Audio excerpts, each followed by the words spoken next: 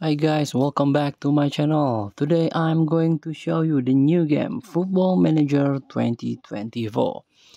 So you can get this game from Play Store, or if you are make a subscription in Netflix, you can get it free. So welcome to Football Manager 2024.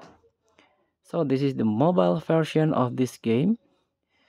And let's get started. I want to show you how you can change the language in Football Manager Mobile 2024. So just tap the settings button and this one, get settings game configuration. Here you can change your language.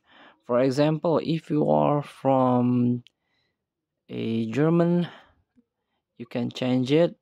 Tap the German, tap confirm, and it change becomes a German or Deutsch in game language like Neues Spiel, Spielstand laden, Einstellungen.